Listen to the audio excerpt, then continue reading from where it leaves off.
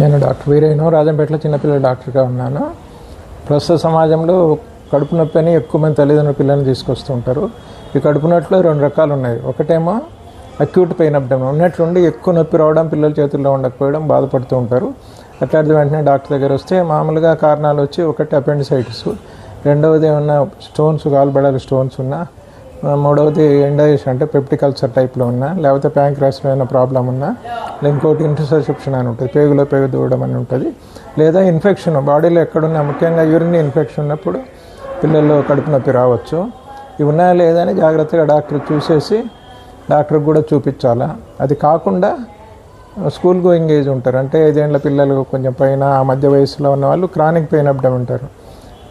అంటే దాంట్లో ఏమంటే ప్రత్యేకమైన కారణాలు ఉండకపోవచ్చు, కానీ బొడ్డు చుట్టూ నొప్పి అంటారు, అంత ఉండకపోవచ్చు. రికరెంట్గా అంటే వస్తుంది, తగ్గిపోద్ది, మళ్ళీ ఎప్పుడైనా రావచ్చు, మళ్ళీ తగ్గిపోవచ్చు.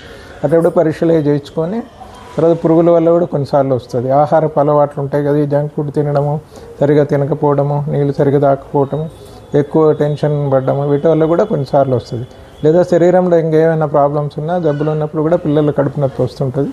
దాన్ని కూడా చూసి కారణాలు ఏమన్నాయో లేదో వెతుక్కొని తగుమైన డాక్టర్ దగ్గరికి వెళ్ళి పరీక్షలు చేయించి చూపించుకోవాలి. దీంట్లో ముఖ్యంగా ఏమంటే ఒక్క విషయం, అక్యూట్ అపెండిసైటిస్ అనేది చాలామంది మిస్ అవుతారు. దాంట్లో పెయిన్ అబ్డమిన్, వామిటింగ్స్, టెంపరేచర్, దాన్ని పీవీటీ అనాలి.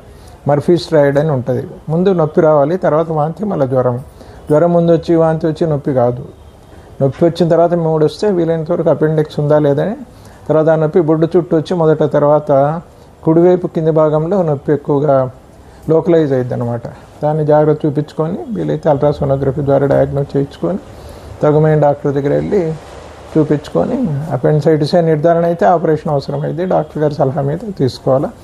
పురుగులు ఉంటే పురుగుల మందు, మిగతా అన్ని జాగ్రత్తగా చూపించుకొని ఏది ఏమనేది అంటే పిల్లలు ఏదోలే అనుకోకుండా అన్ని పరీక్షలు చేయించుకొని జాగ్రత్త వహించాలన్నమాట. ముఖ్యంగా ప్రస్తుతం ఏమంటే ఈ జంక్ ఫుడ్ చాలా వరకు అలవాటు లేకుండా చూసుకోవడం చాలా ముఖ్యం ఇప్పుడు ప్రస్తుత సమాజం.